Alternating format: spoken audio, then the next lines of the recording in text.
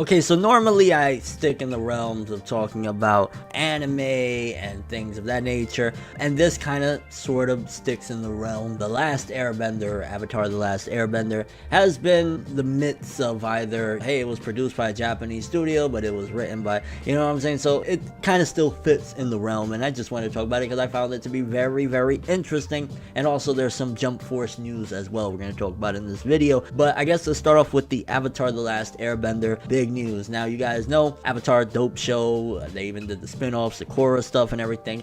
I think for the most part people will genuinely say that Avatar, you know, The Last Airbender, the original one with Aang in them, was better, but still Korra was cool and it did its thing. And ultimately, in between there, we had the Avatar live action film, which, yeah, people put that in the same class as like Dragon Ball Evolution and just horrible adaptation. I've seen so many different in-depth analysis of this film and people just picking apart every single thing that's wrong with it. Honestly, I just think that it's kind of dull. It's a bit of a boring movie the way they portray it. Everything is definitely off as far as, like, you know, you were trying to be a faithful adaptation. The actors that they hired, the fights weren't nowhere near as cool. You could definitely see they had a smaller budget for what they trying to accomplish with this. So definitely a lot of problems with the original film, and it's regarded as a terrible film.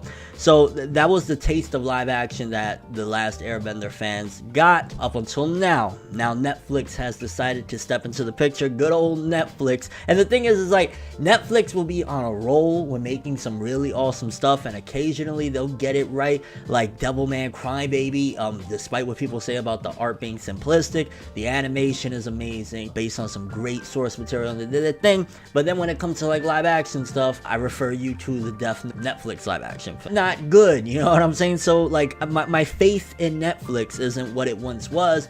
I'm a little bit like, you guys, you're burning me here with what you're doing with some of these titles. So now with them announcing that they're doing a live action TV series for Avatar The Last Airbender, I mean, again, it could turn out great. I think definitely that format is the best way for telling a story of something that is based on some type of source material. Weekly live action TV series, if they get it right from the jump, then it's going to be smooth sailing if they really do the tight writing and all of that stuff. Because in comparison, like, you know, if Harry Potter, for example, had that been done in a TV series form rather than these movies, I think Harry Potter, even though people love Harry Potter regardless, but critically I think it would have got more acclaim, just because you have all this room to adapt all this with, obviously, movies. You know, you got your one or your trilogy. I mean, Harry Potter had a lot of films, but what the standard is, like, you know, you get 1 to 3 films, and, you know, you adapt it like that. So this gives me one piece of hope, the fact that they're doing it live action TV series style. They're not just doing a movie where they gotta condense, like, you know, arcs upon arcs into this little compact story, still make it feel cinematic and all of that jazz. Like, no, a live action TV series, that's a great format. Also, one of the big things that they announced is that the original creators, which to my understanding they really weren't involved with the original live action film for Avatar The Last Airbender, they are going to be on board for this live action TV series. So that's a very good thing as well. It gives a little bit more hope. I'm always way more appreciative when I hear that the original creators or the original writers or the people that actually, you know, made the source material are on board. Then it's like, okay, I have a little bit more faith in what's about to go down. So I guess let's read one of these press releases to get a little bit more insight. Hot on the heels of Netflix's The Dragon Prince from Avatar The Last Airbender head writer Aaron Ehas, forgive me if I'm mispronouncing your name, the studio has just stealthily announced that Avatar is coming back in an all-new live-action series. Along with the first piece of content art from the upcoming reboot, Netflix announced that The Last Airbender's co-creators, Michael Dante DiMartino and Brian Konietzko, again, I apologize, are both signed on to oversee the show, something they've been planning on for ages. In a public statement, they both expressed their excitement about the upcoming show and made a point of stating that this incarnation of the Aang story will star characters of color, unlike, they take shots at M. Night Shyamalan. Yeah. And they said as follows: "We're thrilled for the opportunity to helm this live-action adaptation of Avatar The Last Airbender. We can't wait to realize Aang's world as cinematically as we've always imagined it to be, and with a culturally appropriate, non-whitewashed cast." Damn. It's a once-in-a-lifetime chance to build upon everyone's great work on the original animated series and go even deeper into the characters, story, action, and world building. Netflix is wholly dedicated to manifesting our vision for this retelling, and we're incredibly grateful to be partnering with them. Damn, man, like the shade that they threw though towards the original movie. And yeah, they show a couple tweets of them saying even further, like, yo, we got the original creators. So yeah, there you have it. We're going to be having a live action TV series for Airbender. I'm gonna keep my expectations low, even though the original creators are on board. You just never know. I mean, at the end of the day, Avatar was pretty, or a lot more popular than it is right now, when they did the first one and they allowed M. Night Shyamalan, which Shyamalan, you know, he's a hit and misser, more of a misser than a hitter, but when he hits it out the park, he can't do it right. But yeah, the first film was an abomination, or well, the film, because now we're getting a live action series. So either way, so I guess I'll ask right here, what do you guys think about this news, this move that they're making a Netflix live action The Last Airbender adaptation? The original creators are going to be involved. Do you think they can do it this time? I mean, if they botch it up this time, there's no going back. That's it. Like, just throw it out.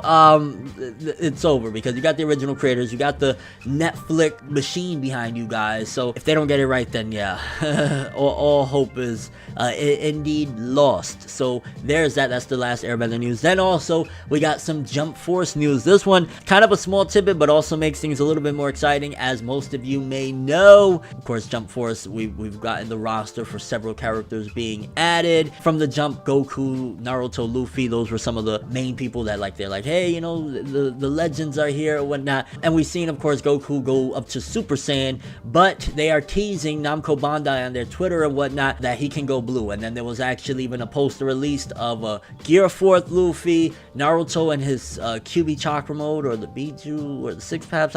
I can't remember which one of those anyway. The golden Naruto, and Goku with the Super Saiyan blue hair, or Super Saiyan blue, or what, Super Saiyan God, Super Saiyan, you know what I mean, Goku blue hair. That's interesting. I'm kind of curious if that's going to be a different transformation. Like, I'm wondering how they're gonna, because they're gonna try and make each character as unique as possible, right? Especially if they're only putting like 3 characters or 4 characters per series, then they're gonna focus more on making each individual character feel as special, I guess you could say, as possible, where they're gonna have like, okay, maybe this character, he can go a step further, because Super Saiyan, it seems as though possibly Goku, like, unlike J-Star's Victory Versus, where you had to charge up real far, maybe Goku could do that with ease, and then that's his ultimate transformation. Like, I'm kind of curious to see how they're going to implement this Super Saiyan Blue one. I would have liked the red hair one in there too, but of course that's asking for quite a bit. Or are they going to make it that it's a whole different Goku? Or are they going to have multiple Gokus in there that you pick from? Or maybe if you pick this version of the Goku, like,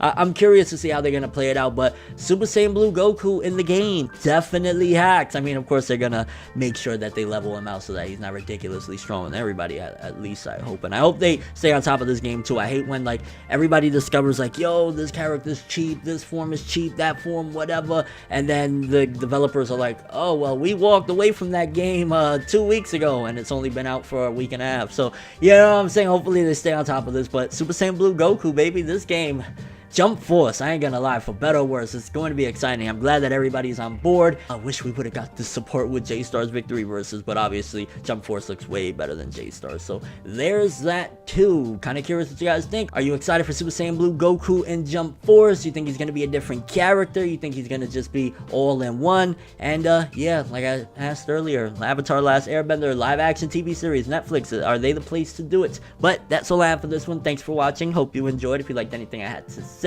or enjoyed the video, drop me a like. I'd greatly appreciate it. And if you want more from me, make sure to subscribe. Follow me on Twitter, Instagram, hit the bell to get all notifications. And if you want to follow any of my other social media, they will of course be in the description below, links and all. I'm World, and as always, people, have an awesome day, and remember the golden rule: anime and manga for life, boy.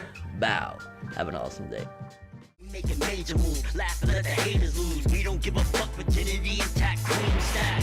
Paper rules, if you heard it, best believe that. But now it's whatever, one day I'll be a favorite, but never. No matter how you get it done.